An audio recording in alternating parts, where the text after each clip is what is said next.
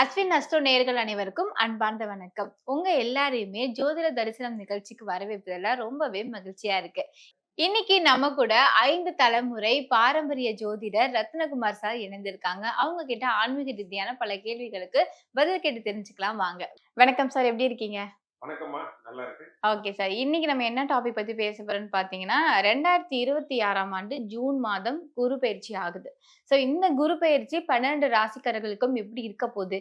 யாருக்கெல்லாம் சூப்பரா ஜாக்பாட் அடிக்க போது? எந்த ராசிக்காரர்கள்லாம் கொஞ்சம் கவனமா இருக்கணும்? அத பத்தி இன்னைக்கு நம்ம பேச போறோம். அதுக்கு முன்னாடி குரு பெயர்ச்சினா என்ன சார்? குரு பெயர்ந்து வர்றதுனால என்ன மாதிரியான நலன்கள்லாம் கிடைக்கும் அப்படிங்கிறத பத்தி எங்களுக்கு விளக்கமா சொல்லுங்க. பொதுவா கிரகங்கள்ல பாத்தீங்கன்னா, உங்களுக்கு சுப கிரகமா, முழு சுபரா உங்களுக்கு என்ன கிரகம் அப்படின்னா குரு தான். அப்ப வருட கிரகங்கள்னு நம்ம சொல்றோம். அதாவது வருடத்திற்கு ஒரு முறை பெயர்ச்சி ஆகக்கூடியது அப்படின்னு பாத்தீங்கன்னா, குரு ஒரு வருடத்திற்கு ஒரு முறை ஒரு ராசியிலிருந்து இன்னொரு ராசிக்கு மாறப் போறாரு. அப்புறம் சனி 2.5 ஆண்டு காலத்துக்கு ஒரு ராசியிலிருந்து இன்னொரு ராசிக்கு போயிடும். அதை சனி பெயர்ச்சி சொல்றோம். அதே போல ராகு கேதுக்கள் 1.5 வருட காலத்துக்கு ஒரு முறை மாறக்கூடியது. அப்ப வருட கிரகங்கள்ல முக்கியமான சுப கிரகமா நம்ம பார்க்கக்கூடிய கிரகம் குரு அப்படிங்கிறது. ஒரு ராசியிலிருந்து இன்னொரு ராசிக்கு டிராவல் பண்ணக்கூடிய அந்த ஒரு வருடத்தை தான் நம்ம குரு பெயர்ச்சி அப்படின்னு நம்ம சொல்றோம். குரு பெயர்ச்சி அப்படிங்கும்போது எல்லாருமே ரொம்ப சந்தோஷமா எக்ஸைட்மெண்ட்டா எதிர்பார்க்கக்கூடியது அமைப்பு அப்படின்னு பார்த்தீங்கன்னா இந்த குரு பெயர்ச்சி தான். ஏன்னா குரு பார்த்தால் கோடி நன்மை. குருவோட பார்வை நம்ம மேல விழாதா அப்படின்னு நினைக்கக்கூடியவங்களுக்கு மிகப்பெரிய யோகத்தையும் அதிர்ஷ்டத்தையும் கொடுக்கக்கூடியதுதான் இந்த குரு பயிற்சி. Okay sir. இந்த குரு பயிற்சியில ராஜயோகம் கிடைக்க போற ராசிகள்ல யார் யார் சார்? ராஜயோகம் அப்படிங்கிறது குரு அப்படின்னாலே கிரகங்கள்ல பாத்தீங்கன்னா தேவகுருவை தான் நம்ம குருன்னு சொல்றோம். அவரோட பார்வை, அதாவது அவர் மிதுனத்திலிருந்து கடகத்துக்கு குருவுக்கு 5, 7, 9 பார்வைகள் இருக்கு. இது எல்லாருக்குமே தெரியும். அப்ப குரு கடகத்துக்கு அவர் தன்னுடைய 5ஆம் பார்வையா விருச்சிகத்தை பார்ப்பார். விருச்சிக ராசிக்கு மிகப்பெரிய யோகத்தையும் அதிர்ஷ்டத்தையும் கொடுக்கக்கூடிய அமைப்பா இந்த குரு பயிற்சி இருக்கும். அடுத்து குரு தன்னுடைய 7ஆம் பார்வையா மகர ராசியை பார்ப்பார். அப்ப மகர ராசிக்கு இந்த வருடம் மிகப்பெரிய பொன்னான ஆண்டா மாறுறதுக்கான வாய்ப்புகள் நிறைய இருக்கு. அது மட்டும் இல்லாம குரு தன்னுடைய 9ஆம் பார்வையா ஓடினவனுக்கு 9ஆம் இடத்துல ராஜான்னு கேள்விப்பட்டிருக்கீங்க இல்லையா? அப்ப குரு பார்வை மீன ராசி, குருவோட 9ஆம் பார்வை மீன ராசியில இருக்கனால பல நாளா இருந்த அந்த 7.5 சனி அவங்களுக்கு ஜென்ம சனி நடந்துட்டு இருக்கு. அப்ப அந்த ஜென்ம சனியோட தாக்கத்தை குறைக்கிறதுக்கு குருவோட பார்வை மிகவும் ரொம்ப முக்கியமான விஷயம். ரொம்ப அதிர்ஷ்டகரமா மாறக்கூடிய வாய்ப்புகள் இருக்கு. அப்ப விருச்சிகம், மகரம், மீனம் மிகப்பெரிய ராஜயோகத்தை அடையக்கூடிய வாய்ப்புகள் இந்த குரு பயிற்சி அமையும். இந்தந்த விஷயங்கள்லாம் கவனமா இருக்கணும். கொஞ்சம் இவங்களுக்கு சேதாரம் தான்ப்பா அப்படின்னா, அது என்னென்ன ராசிக்காரர்கள் சார்? பொதுவா இந்த வருடத்திலேயே ரொம்ப கவனமா இருக்கக்கூடியது அப்படின்னு பாத்தீங்கன்னா சிம்ம ராசிக்காரங்க. சிம்மத்துக்கு 12ஆம் இடத்துல விரய குருவா வராரு.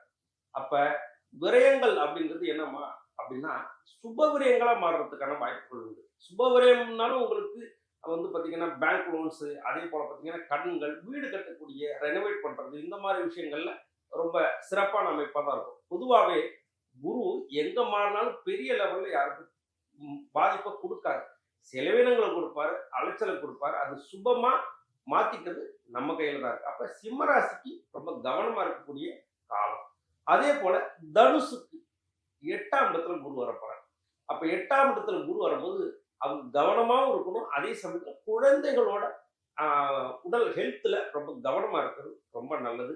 அதே போல கொழுப்பு சார்ந்த விஷயத்துல ரொம்ப கவனமா இருக்கிறது நல்லது. ஹெல்த் சார்ந்த விஷயத்துல ரொம்ப கவனமா இருக்கிறது ரொம்ப சிறப்பா இருக்கும்.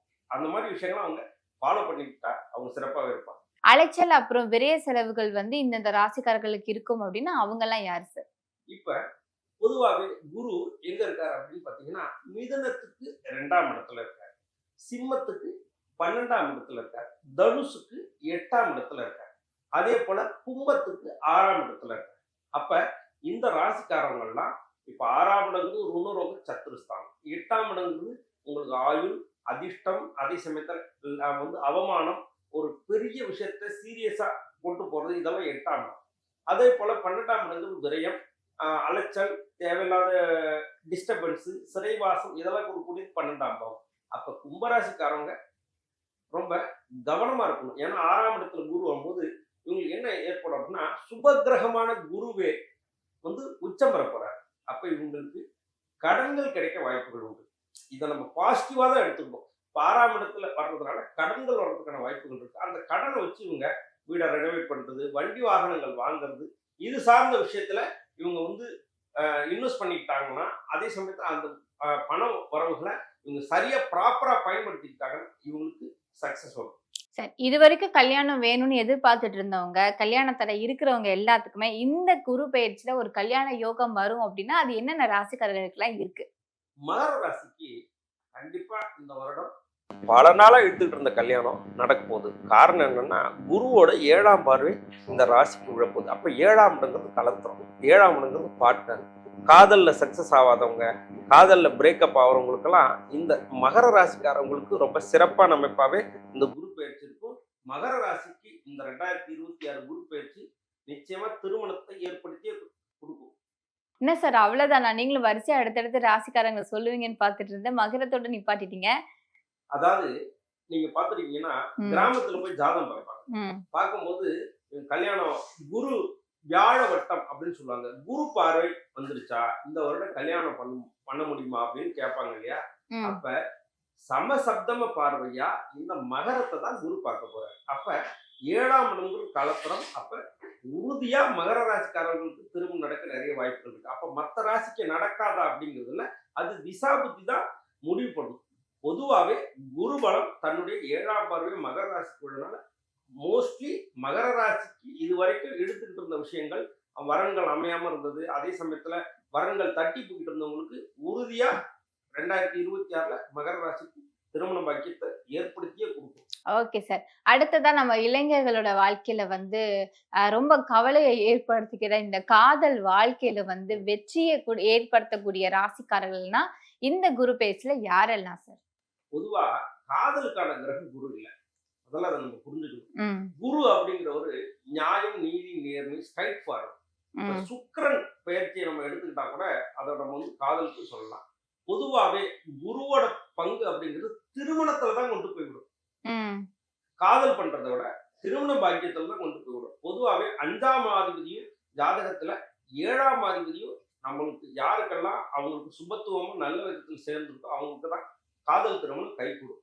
பொதுவாவே குரு இந்த ஏற்கனவே சொன்னோம் இல்லையா, விருச்சிகம், மகரம், கும்பம் இவங்களுக்கு காதல்ல இருக்கக்கூடிய பிரச்சனைகள் தீர்றதுக்கு நிறைய வாய்ப்புகள் உண்டு. நீங்களே சொன்னீங்க குரு காதலுக்கான கிரகம் கிடையாது. குரு வந்துட்டாரு அப்படின்னாலே அது திருமணத்துல போய் முடிஞ்சிரும் அப்படின்னு. சோ நீங்க சொல்லுங்க, காதல் டு திருமணம், காதல் திருமணம் நடக்கக்கூடிய அந்த ராசிக்காரர்கள்லாம் யாரு சார்? பொதுவாவே மீன ராசிக்காரர்களுக்கு இந்த குரு பயிற்சி காதல் ரீதியா இருந்த பிரச்சனைகள் நீங்கும். ஏன் அப்படின்னா மீனம், மேஷம், ரிஷபம், மிதுனம், கடகம். அப்ப 5ஆம் இடம் தான் ஒரு மனுஷனுக்கு காதல். அப்ப 5ஆம் இடத்துல குரு உச்சம் பெற போறார். அப்ப இதுவரைக்கும் இருந்த பிரச்சனைகள் நீங்கும். மீன ராசிக்காரர்களுக்கு காதல், அதே சமயத்துல டேட்டிங், இது சார்ந்த விஷயத்துல பிரச்சனைகள் தீர்றதுக்கான காலம் இந்த 2026 குரு பயிற்சி நிச்சயமா செய்யும். Okay sir. இப்ப பாத்தீங்க அப்படின்னா நிறைய பேருக்கு கார் வாங்கணும் அப்படிங்கிறது ஒரு பெரிய ஆசையாவே மாறிடுச்சு. சோ இந்த குரு பெயர்ச்சியில யாரெல்லாம் வண்டி வாகனம் வாங்குவாங்க சார்? சரி, வண்டி வாகனம் வாங்குறதுக்கு சிறப்பா இருக்கக்கூடிய ராசி மேஷ ராசிக்காரர்கள். ஏன் அப்படின்னா 4ஆம் இடம் தான் நம்ம வாகனத்தை குறிக்கக்கூடிய பாவம். அப்ப 4ஆம் இடத்துல தான் இந்த குரு உச்சம் பெற போறாரு. ஆல்ரெடியே உங்களுக்கு 7.5 சனி நடந்துட்டு இருக்கு. அப்ப 7.5 சனி வந்தா ஒரு செலவினத்தை கண்டிப்பா செஞ்சே ஆகணும். அப்ப 4ஆம் இடத்துல இருக்கக்கூடிய குரு அவங்களுக்கு வண்டி வாகனங்கள் யோகத்தை ஏற்படுத்தக்கூடிய அமைப்பை ஏற்படுத்தி கொடுக்க போகுது. அப்ப மேஷராசிக்காரர்களுக்கு உறுதியா வாகனம் வாங்கக்கூடிய அமைப்பு ஏற்படும். Okay sir.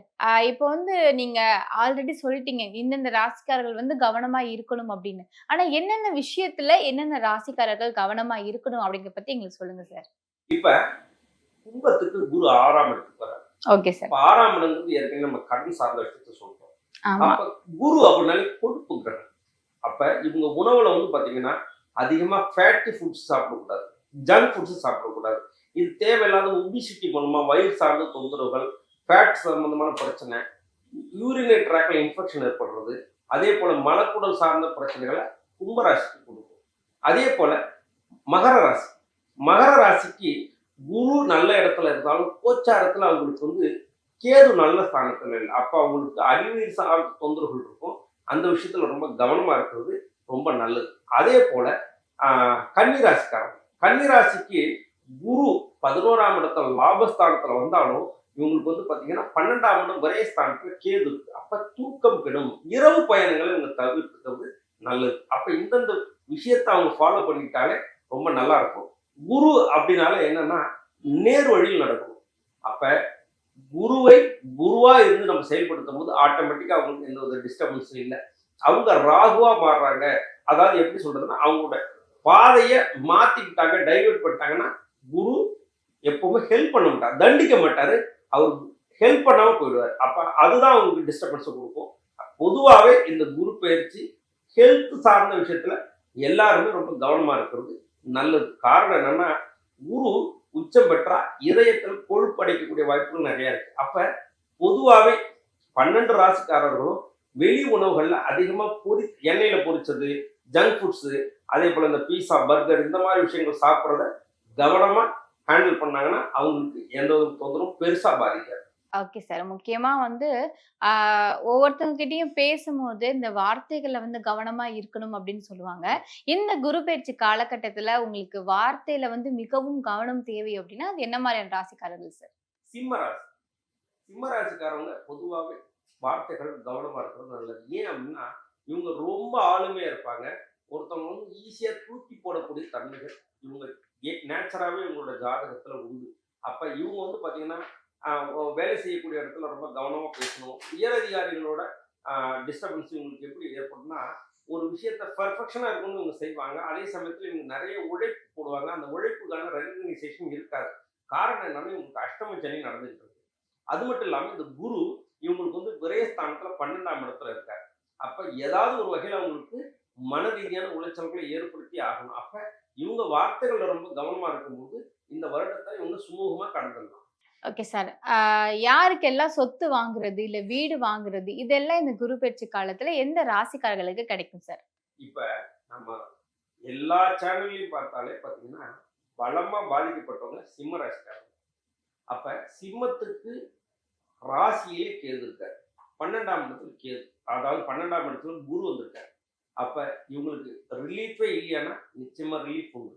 காரணம் என்னன்னா இவங்க பேங்க்ல பல நாளா லோனுக்கு ட்ரை பண்ணிட்டு இருந்திருப்பாங்க. அந்த லோன் இவங்களுக்கு கிடைக்கிறதுக்கான வாய்ப்புகள் உண்டு. ஏன் அப்படின்னா 12ஆம் இடம் அயன சயன போகஸ்தானம். அப்ப நிம்மதியா ஒரு இடத்துல தூங்கணும் அப்படின்னா அவங்களுக்கு நல்ல வீடு அமையணும், நல்ல பிளாட் அமையணும். அப்ப இவங்க செலவுங்கிறது கன்ஃபார்ம் ஆயிடுச்சு. அது நல்ல செலவா இருந்தா பெரிய பாதிப்புகள், இது ஹாஸ்பிட்டலைஸ்ல ஆனா பிரச்சனை. அப்ப சிம்ம ராசிக்காரவங்களுக்கு உறுதியா பேங்க் லோன் கிடைக்கும். அந்த லோனை வச்சு இவங்க வீடு கட்டுறது, வீடை ரெனோவேட் பண்றது, அதே சமயத்தில் போக்கியத்துக்கு வீடு மாறுறது, இந்த மாதிரி அமைப்புகளை இந்த சிம்ம ராசிக்காரங்க ஏற்படுத்திக்கிட்டாங்கன்னா ரொம்ப சிறப்பா இருக்கும். அதே போல மேஷ ராசிக்காரங்க, மேஷ ராசிக்குள்ள 4ஆம் இடத்துல குரு வரப்போறார். 4ஆம் இடம் தான் வீடு. அப்ப 4ஆம் இடம் சார்ந்த விஷயங்களை இவங்க செய்யும் பொழுது இவங்களுக்கு ரொம்ப சிறப்பா இருக்கும். அப்போ ஒரு பிளாட் வாங்கி போடுறது, ஒரு லேண்ட் வாங்கி போடுறது, ப்ராப்பர்ட்டி அமையறதுக்கான வாய்ப்புகள் நிறைய இருக்கு. அதே போல அம்மாவோட பேர்ல நிலம் வாங்கணும் அப்படிங்கிறவங்களாம் இந்த குரு பயிற்சியை பயன்படுத்திக்கலாம். Okay sir.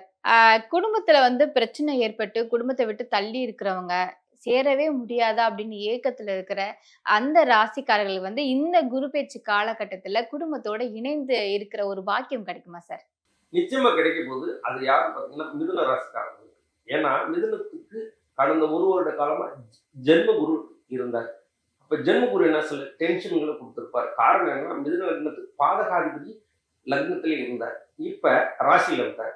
இந்த ராசியாதிபதி அப்படின்னு சொல்லக்கூடிய புதன், அதே சமயத்துல குரு வந்து இப்ப கடகத்துக்கு வரப்போறார். அப்ப மிதுன ராசிக்காரர்களுக்கு பொதுவாகவே குடும்ப உறவுகள் ஏற்பட்ட சிக்கல்கள், பல நாளா ஒன்னா சேராம இருந்தக்கூடிய குடும்பங்கள் ஒரு நல்ல நிகழ்வுகளை, நல்ல ஒரு சுபமான நிகழ்ச்சிகளை கலந்துக்கூடிய அமைப்பாகவும், வெளியூர்ல இருக்காங்க, ரொம்ப நாளா நான் ஊருக்கு போக முடியல, வெளிநாட்டுல இருந்தேன், என் ஃபேமிலி போய் பார்க்க முடியல அப்படிங்கிறவங்க கூட இந்த குரு பயிற்சி மிதுன ராசிக்காரர்களுக்கு குடும்பத்தோட சேர்ந்து மகிழ்ச்சியா இருக்கக்கூடிய அமைப்பை ஏற்படுத்தி கொடுக்கும்.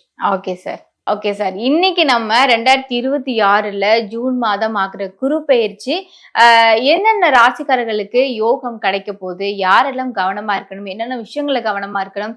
யாரெல்லாம் சொத்து வாங்குவாங்க? அப்படின்னு கேட்டிருந்தோம். நீங்க எல்லாமே அழகாவும், தெளிவாவும் எங்களுக்காக பகிர்ந்துக்கிட்டீங்க. அதுக்காக நன்றி சார்.